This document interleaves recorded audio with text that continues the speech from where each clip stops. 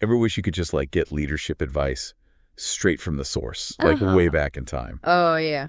Well, today we're going deep into 1 Timothy chapters 1 through 3. All right. It's a letter from the Apostle Paul to his younger colleague Timothy, who was leading the church in Ephesus. Yeah. Think of it as like an ancient leadership manual for the early church. It really is fascinating how relevant these letters still are even centuries later. I know. Whether you're leading a team at work, right, or just trying to figure out this whole like life and faith thing. Yeah. Paul's words offers some surprisingly timely wisdom. Well, and what's interesting is that Paul wasn't writing in a vacuum. Right. He was addressing specific challenges facing Timothy and the early church. Challenges that mirror many of the things that we wrestle with today. So let's unpack this right off the bat. In chapter 1, Paul tells Timothy to charge certain persons not to teach any different doctrine. What was going on there? Was there some kind of theological battle brewing? Absolutely. Really? Even in the early days of the church. Okay. There were already different interpretations and teachings circulating, some of which Paul considered harmful. Oh, wow. He saw it as Timothy's responsibility to protect the core message, the sound doctrine, as he calls it. So it's like being a curator of truth. Yes. Making sure the message doesn't get distorted. And Paul goes beyond just guarding the information. Okay. He links sound teaching to love that issues from a pure heart, a good conscience and sincere faith. Wow. It's not just about intellectual assent, but about living it out authentically. It makes me think about how often we see people arguing about religion online, you know, with lots of strong opinions, but not a lot of love. It's a good point. Yeah. Paul seems to be saying that truth without love is ultimately empty. And then he does something really interesting. Okay, what's that? He calls himself the foremost of sinners. I'm struck by how Paul, this leader who wrote much of the New Testament, openly acknowledges his own failings. Right. What do you make of that? It's a powerful statement. Yeah. And I think it adds a layer of authenticity to his message. He's not speaking from a place of moral superiority, but from a place of shared experience and grace. Yeah. It reminds us that we all fall short, but that doesn't disqualify us from experiencing God's love and being used by him. Speaking of grace, it feels like Paul connects that concept directly to prayer, which he dives into in chapter 2. Okay. He urges believers to pray for everyone, even those in authority. Right. That seems a bit radical. It was radical. Especially considering the context of the Roman Empire, which wasn't exactly known for its tolerance of Christians. Imagine praying for the very people who might be persecuting you. Wow. But Paul connects this instruction to God's desire for all people to be saved. It's about aligning our hearts with God's heart, even when it's difficult. So it's less about changing the people in power. I think so. And more about tapping into a bigger spiritual reality. And this chapter also highlights Christ as the one mediator between God and humanity. Paul is reminding us that our relationship with God is only possible through Jesus. Right. This was a crucial point for the early church. Right. And it remains central to Christian belief today. Okay, so we've got guarding the truth, praying with purpose, and understanding our relationship with God through Christ. Then in chapter 3, Paul gets into the nitty-gritty of leadership qualifications, specifically for overseers and deacons.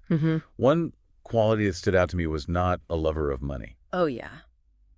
Why do you think Paul emphasized that? That's a great question. Especially in a world where wealth and power often go hand in hand. Remember, Paul is writing to Timothy, who is living in the bustling city of Ephesus, a center of commerce and trade. I think Paul is highlighting the danger of letting material wealth become a driving force in leadership. It's a pretty stark contrast to our modern ideas of success, where ambition and wealth are often seen as the ultimate goals. Paul is prioritizing character over ambition. These qualities aren't about outward success, but about inner transformation and a genuine desire to serve others. That's a refreshing perspective. It makes me think about how we evaluate leaders today. It's not just about charisma or competence, but also about integrity and a genuine heart for service. Right. Paul's emphasis on character over ambition challenges us to rethink our assumptions about what it truly means to lead. And it seems like he had even more to say about those leadership roles. Definitely. There's a lot to unpack here, so we'll dive deeper into that in the next part of our deep dive. Sounds good. Welcome back to our deep dive into 1 Timothy. Yeah. We left off talking about Paul's list of leadership qualities, specifically that idea of prioritizing character over ambition. Right.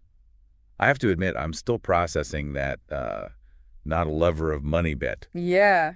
It really challenges our assumptions about success. It does, doesn't it? And what's fascinating is how Paul applies these same principles to the role of deacons. Yeah. You might think of that as a less prominent position. Yeah.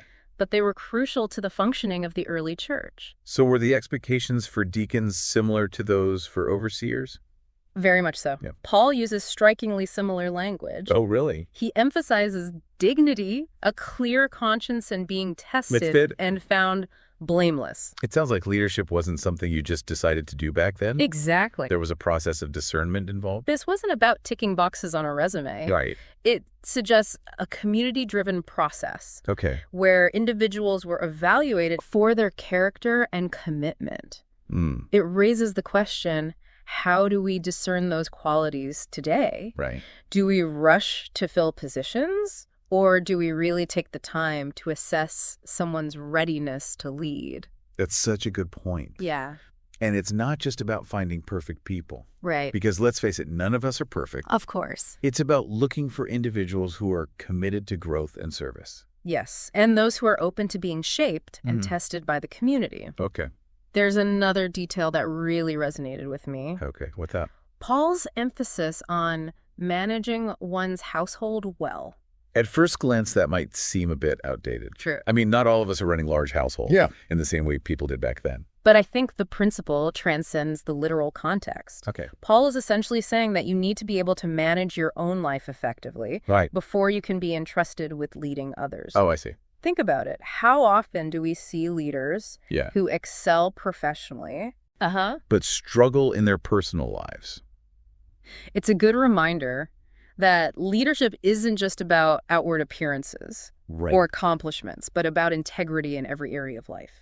Precisely. And this whole conversation makes me wonder, if Paul were writing a letter to leaders today, what would he say about the specific challenges we face? That's a great question. We live in a world saturated with information, often conflicting information. It can be hard to know what to believe or who to trust. Do you think Paul would have anyone to say about that? Oh, I think he'd have plenty to say. Remember, he was writing at a time when false teachings were already spreading. Oh, right. He urged Timothy to guard the good deposit, to hold fast to the truth. Today, that might look like cultivating discernment. Being critical thinkers, not just accepting everything we read or hear. So it's not just about passively receiving information. But about actively engaging with it, wrestling with it, and testing it against what we know to be true. And that brings us back to the importance of community. Okay. Just as the early church relied on communal discernment to identify and affirm leaders, we need to surround ourselves with people who can challenge us, support us, and help us stay grounded in truth. So this deep dive isn't just for pastors or those official leadership roles, is it? It's for anyone who wants to grow in their faith and make a difference in the world. Absolutely. Paul's words are relevant to anyone who wants to live a life of purpose and influence, whether that's leading a team at work, raising a family, or simply being a good friend and neighbor. And it seems like the community piece is key to all of this. It is. Leadership doesn't happen in a vacuum. Nope. It's about how we connect with and support one another. That's exactly where we'll pick up in the final part of our deep dive. We'll explore how these principles of leadership can be lived out within the context of community and what it looks like to build a church that truly reflects the character of Christ. Welcome back to our deep dive into 1 Timothy. We've been unpacking Paul's advice to Timothy on everything from guarding the truth to the qualities of leadership, especially in the context of a community. And you know, that's where it gets really interesting. Yeah. It's one thing to talk about individual character and leadership qualities. But how do those principles actually play out? Right. in the real world. Yeah. In the messy, beautiful reality of a church community. That's what I'm curious about. If Paul were to walk into a church today, what do you think he'd be looking for? Would be perfectly organized programs, a killer worship band, or something else entirely? I think Paul would look beyond the surface. Okay. He'd be looking for the heart of the community. Oh, okay. How do people treat each other? Yeah. Is there genuine love and respect even when they disagree? Is there humility and a willingness to serve? It's about going beyond just attending services, right? Exactly. It's about living out those values in our interactions with fellow believers. And remember how Paul talked about deacons being tested and found blameless? Oh, yeah. I think that speaks to the importance of accountability within the community. Okay. We need people who can challenge us, encourage us, and help us stay on track. So it's not just about personal growth, Right. but also about being part of a community that supports and shapes our leadership journey. That's a great way to put it. It's like iron sharpens iron, as they say. And I think Paul would also be looking for signs of spiritual maturity within the church. Okay. Are people growing in their faith? Mm-hmm. Are they wrestling with God's word, asking tough questions, and seeking to apply it to their lives? So it's not just about having the right beliefs, Right. but about putting those beliefs into action. Yes. About letting them transform us from the inside out. Yeah. What I'm hearing is that Paul wouldn't be impressed by outward appearances or even impressive programs. I don't think so. He'd be looking for genuine transformation, both individual and communal. That's right. And that transformation should spill over into the wider world. Okay. Remember how Paul encouraged prayer for everyone, even those in authority? Yeah. I think that speaks to the church's responsibility to engage with the world around it, to be a force for good, to meet the needs of the community, and to share the love of Christ with those who don't yet know him. It's about being a light in the darkness, a beacon of hope in a world that desperately needs it. Yeah. But it's not just about pastors and elders taking charge. No, not at all. Paul seemed to believe that every believer had the potential to lead and serve. Absolutely. Every member of the body of Christ has a role to play. Mm-hmm. It's about discovering our gifts and talents and using them to build up the church and serve others. So if we want to see Paul's vision for the church become a reality, it starts with each of us taking ownership of our own growth and development as leaders. Mm-hmm.